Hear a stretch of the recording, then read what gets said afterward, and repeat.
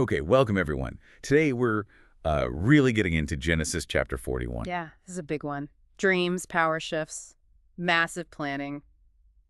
It's got it all. Absolutely.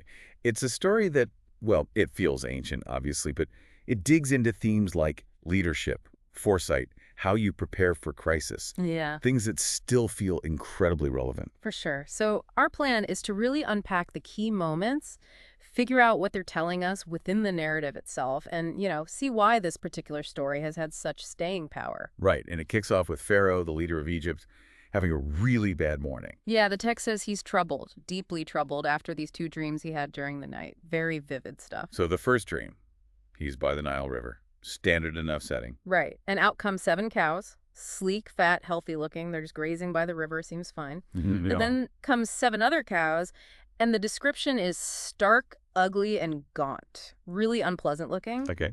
And the really disturbing part, these thin, ugly cows. They eat the fat, healthy ones. They just consume them entirely.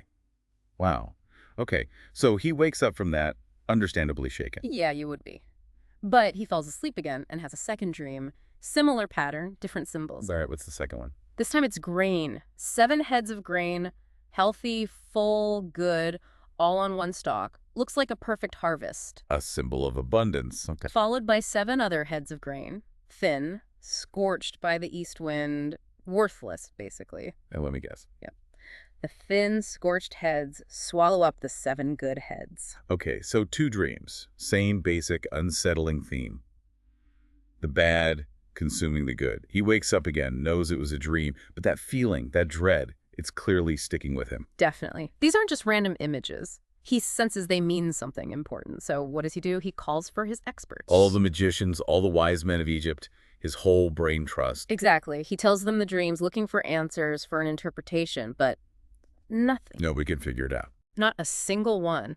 The text really emphasizes their failure here. It creates this palpable sense of tension and mystery. The most powerful man on earth has a problem none of his advisors can solve. Yeah, you can almost feel the awkwardness in that court. Pharaoh's desperate, they're all just shrugging.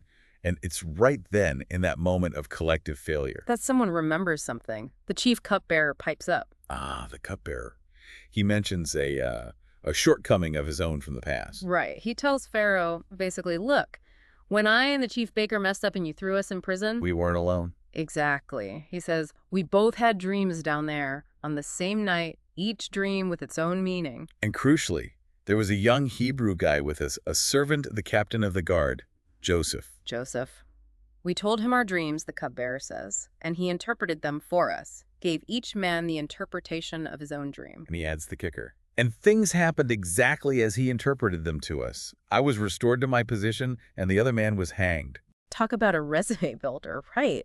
Suddenly, this forgotten prisoner who could interpret dreams accurately is the kingdom's only hope. Pharaoh doesn't hesitate, does he? Yeah. He hears this and immediately sends for Joseph.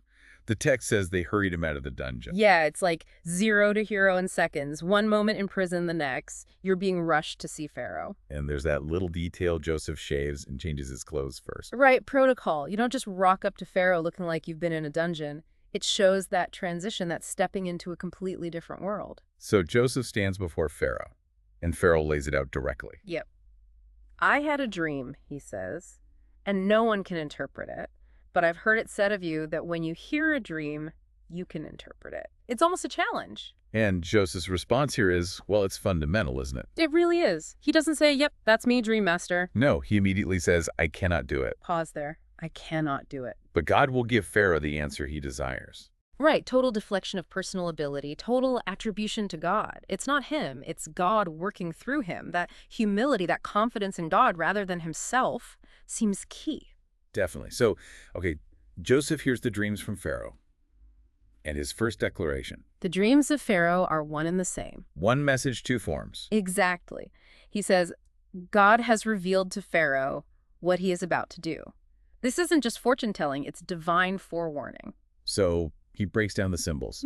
The good cows, the good grain. 7 years. 7 years of incredible abundance throughout Egypt, like harvest beyond belief, prosperity everywhere. That sounds great. But then? Then come the 7 lean cows, the 7 scorched heads of grain. They also represent 7 years. 7 years of famine. And not just a little bit of famine. Joseph stresses how severe it will be. So severe, he says, that the memory of the abundance will be completely wiped out. It will ravage the land. Wow. That's intense. And the fact that the dream came twice. Joseph explains that signifies certainty. The matter has been firmly decided by God, he says, and God will do it soon. It's locked in. It's coming.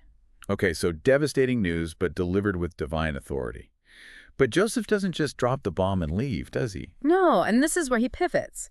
From dream interpreter to policy advisor, strategic planner. Right. He immediately offers a solution. He says basically, okay, Pharaoh, now you know what's coming. So look for a discerning and wise man and put him in charge of the land of Egypt. Step 1, find the right leader for this task. Step 2, action plan.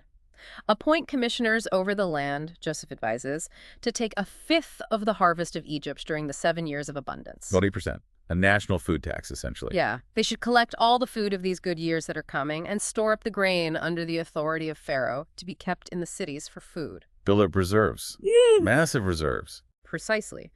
This food should be held in reserve for the country to be used during the 7 years of famine that will come upon Egypt so that the country may not be ruined by the famine. It's a comprehensive, nationwide survival plan. Based entirely on interpreting those dreams correctly. And Pharaoh's reaction. The text says the plan seemed good to Pharaoh and all his officials. Like, it just made sense. They saw the wisdom in it. And what about Joseph himself? How does Pharaoh see him after this? Pharaoh is clearly blown away. He turns to his officials and asks, almost rhetorically, can we find anyone like this man, one in whom is the Spirit of God? High praise. And then directly to Joseph. Since God has made all this known to you, there is no one so discerning and wise as you. He sees the source of Joseph's wisdom, and then comes the promotion. Oh, it's more than a promotion. It's like instantaneous elevation to supreme power, second only to Pharaoh himself. Pharaoh says, you shall be in charge of my palace, and all my people are to submit to your orders. Only with respect to the throne will I be greater than you. Total delegation of authority. And he backs it up with symbols. Takes off his signet ring, his personal seal of authority, puts it on Joseph's finger. Dresses him in robes of fine linen, puts a gold chain around his neck. Has him ride in the second chariot, the one right behind Pharaoh's own, with people shouting, make way, or bow down, ahead of him. He puts him in charge of the whole land of Egypt, not just the food program, everything. And gives him an Egyptian name, Zaphenath-Paneah, and an Egyptian wife, Asenath, daughter of a high-ranking priest. Fully integrates him into the Egyptian elite. And the text notes his age, 30 years old, stepping into this immense role. Quite the turnaround from the dungeon. And then the plan goes into effect. The 7 years of abundance arrive, just as predicted. And the land produces plentifully. An understatement, probably. You'd think so. And Joseph gets to work. He oversees the collection of all that food during those abundant years. He stores it up in the cities, putting the grain from the surrounding fields into each nearby city. Centralized, but also localized storage. Smart logistics.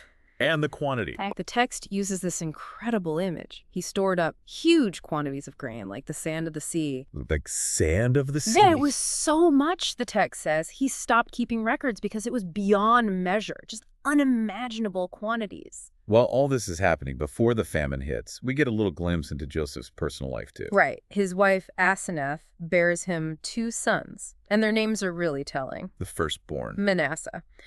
Joseph names him this, saying, God has made me forget all my trouble and all my father's household. It speaks to the pain he's leaving behind, or trying to. And the second son. Ephraim. Meaning, Joseph says, God has made me fruitful in the land of my suffering, acknowledging the hardship, but also the blessing found within it. Wow. Powerful names.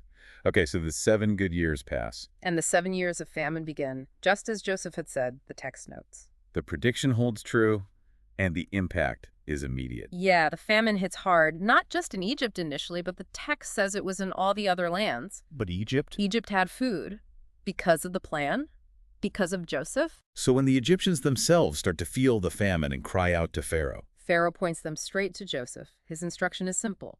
Go to Joseph and do what he tells you. Complete trust, complete authority in Joseph's hands for this crisis. And Joseph acts. As the famine spreads across Egypt, he opens the storehouses. And sells grain to the Egyptians. He manages the distribution.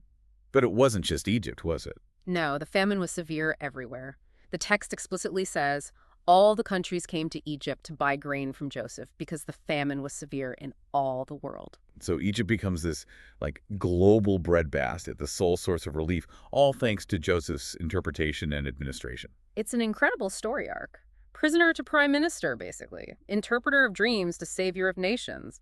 All through foresight and, well, disciplined execution of a plan. It really hammers home the value of not just seeing a potential crisis coming, but actually doing the hard work of preparing for it, turning that foresight into tangible action.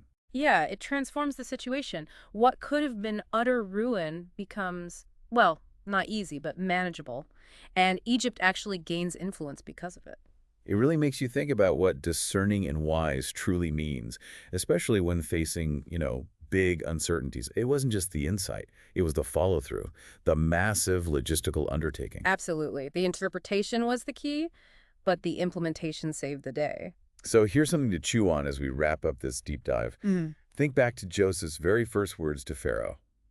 I cannot do it, but God will. He starts by stating his limitation. Right, yeah. Points away from himself. Yet it seems like that very statement, that humility combined with confidence in a higher power, is part of what convinces Pharaoh he's exactly the right person for the job. He hands over immense power to the guy who started by saying, I can't. Huh. That's a fascinating paradox. Right. What does that tell us about leadership, about responsibility, and maybe about where true strength or capability comes from, especially when you're staring down a challenge that seems impossibly big? Something to think about.